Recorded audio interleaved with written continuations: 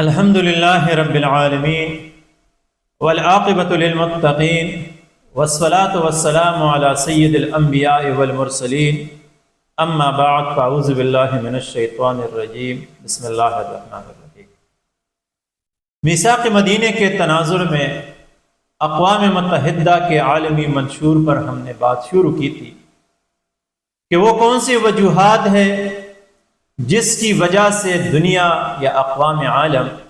اس وقت اقوام متحدہ کے اس عالمی ادارے کے وہ ثمرات نہیں دیکھ رہے ہیں، یا اقوام متحدہ کا یہ عالمی ادارہ دنیا کے اندر وہ امن و امان قائم نہ کر سکی،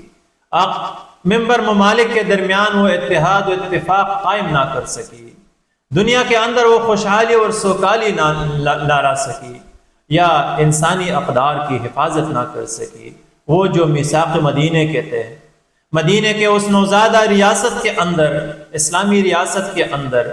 اقوام عرب نے، قبائل عرب نے دیکھی تھی، وہ امن و امان، وہ خوشحالی، وہ اتحاد، وہ سوکالی، وہ انسانی اقدار کی حفاظت، وہ چادر و چادیوالی کی حفاظت میثاق مدینہ کہتے ہیں، قبائل عرب نے دیکھی تھی۔ ان میں سے چند وجوہات پر ہم نے بات کی تھی، آج مزید اس پر بات کرنے کی کوشش کرتے ہیں۔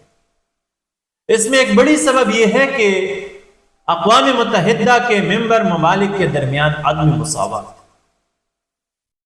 کہ اس وقت اگر دیکھا جائے کہ اقوام متحدہ کے ممبر ممالک کی تعداد تقریباً 193 ہے، یہ سارے امن پسند اقوام عالم، یہ سارے امن پسند ریاستیں جو اقوام متحدہ کے منشور کو دیکھتے ہوئے اس کے ساتھی بن چکے ہیں، ان کے ممبران بن چکے ہیں کہ ان کے ہاں امن و امان قائم ہو جائے، ان کی معاشی میدان میں، معاشرتی میدان میں، تعلیم اور صحت کے میدان میں ان کی ساتھ تعاون کی جائے، دہشت گرد، انتہا پسند تحریک کاروں کے حوالے سے ان کی مدد کی جائے،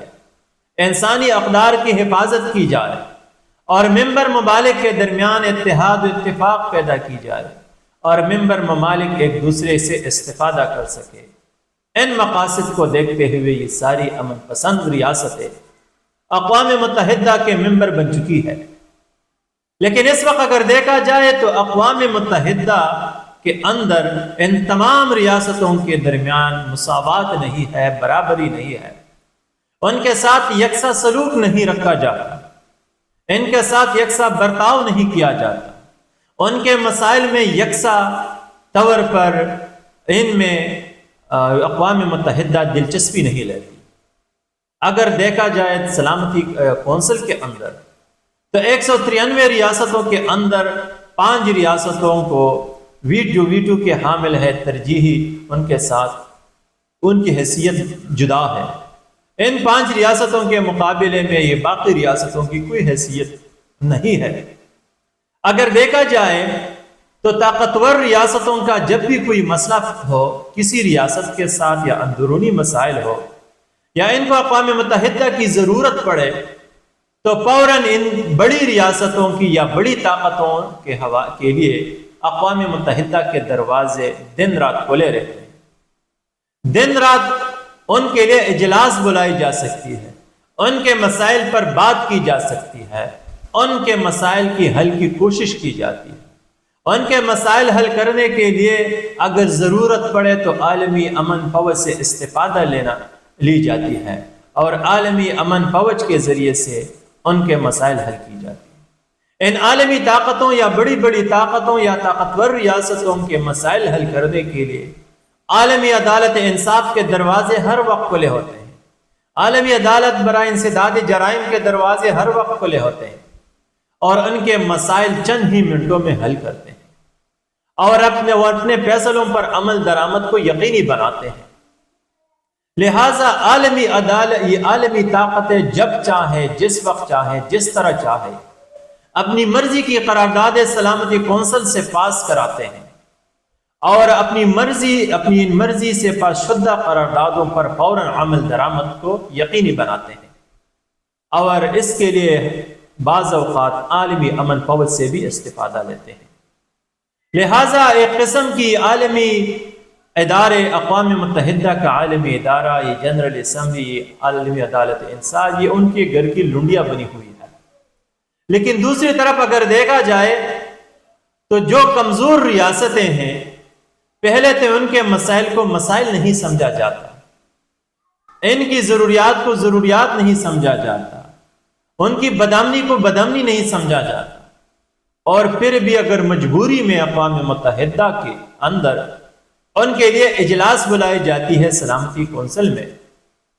تو ان کی اجلاس میں بہت سارا وقت لگتا ہے، اور پھر اگر زیادہ سے زیادہ برائے نام قراردادیں ان کے لیے پیش کی جاتی ہے، جس طرح کشمیر اور فلسطین کی صورتحال ہے،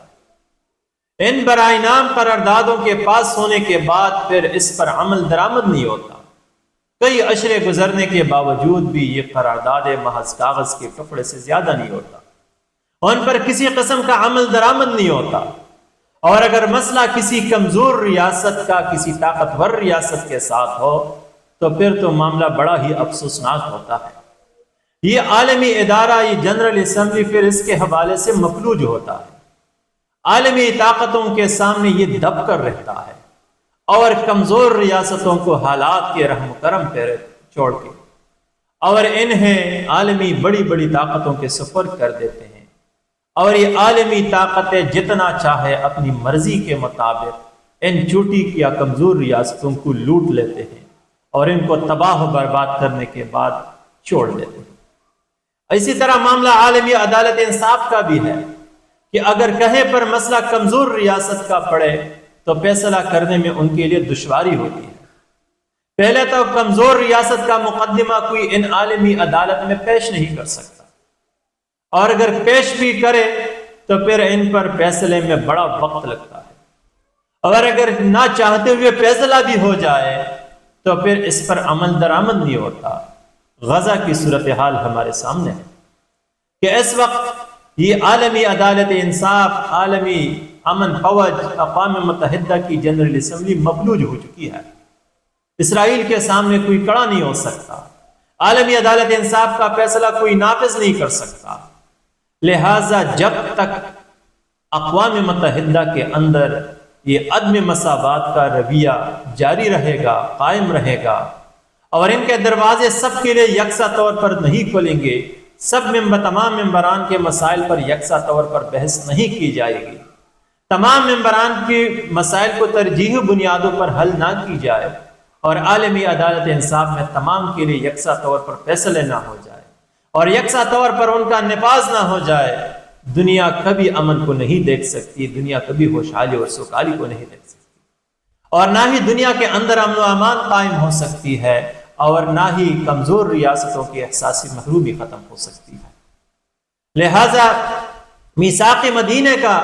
ایک بڑا فائدہ یہ تھا، یا ایک بڑا کمال یہ تھا کہ رسول اللہ صلی اللہ علیہ وسلم کے دربار یا رسول اللہ صلی اللہ علیہ وسلم کی عدالت کے دروازے سب کے لیے یکساں طور پر کھلے رہتے تھے۔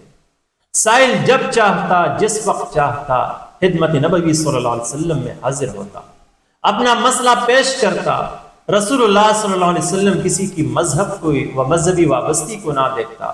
اور انصاف کے اصولوں پر فیصلہ فرماتا۔ جس طرح مشہور واقعہ ہے کہ پیغمبر اسلام صلی اللہ علیہ وسلم کے سامنے یہودی اور مسلمان کا مسئلہ پیش آیا، رسول اللہ صلی اللہ علیہ وسلم نے ثبوتوں کو دیکھتے ہوئے یہودی کے حق میں فیصلہ دیا، اور جب مسلمان نے اس فیصلے میں کے ماننے میں قیل و قال کی اور عمر فاروق رضی اللہ تعالیٰ عنہ کی خدمت میں حاضر ہوئے، تو عمر فاروق رضی اللہ تعالیٰ عنہ نے مسلمان کا سر اڑا دی۔ تو جو بھی عدالت نبوی صلی اللہ علیہ وسلم کے فیصلے ماننے میں قیل و قال کرے، ان کی یہی سزا ہوتی ہے۔ لہٰذا پیغمبر اسلام صلی اللہ علیہ وسلم کی عدالت میں سب کی حیثیت برابر تھی، آپ کے دروازے ہر وقت ہر کسی کے لیے کھلے رہتے تھے۔ اسی وجہ سے مدینے کے اندر، مدینے کی ریاست کے اندر، قبائل کے اندر، قبائل عرب کے اندر امن و امان قائم ہو گئی، اور مذہب سے بالاتر ہو کے ہر ایک کی خواہش تھی کہ فیصلہ دربار نبوی میں، عدالت نبوی میں پیش کرے، اپنا معاملہ اپنے مذہب سے ہٹ کر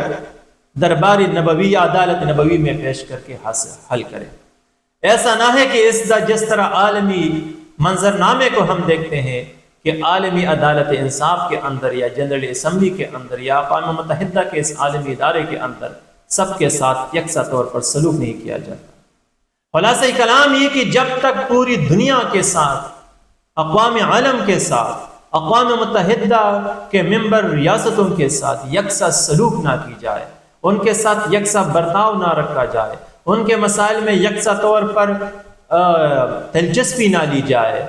دنیا امن و امان کو نہیں دیکھ سکتی، دنیا سے بدامنی خاتمہ کا خاتمہ نہیں ہو سکتا، دنیا کے اندر خوشحالی اور سوکالی نہیں آ سکتی،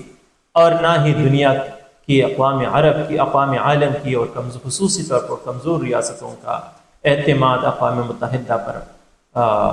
قائم ہو سکتی ہے، آ سکتی ہے۔ رب کائنات سے دعا ہے کہ ہمیں سیرت النبی صلی اللہ علیہ وسلم کو صحیح طریقے پر سمجھنے کی توفیق عطا فرمائے۔ وآخر دعوانا ان الحمد للہ رب العالمین۔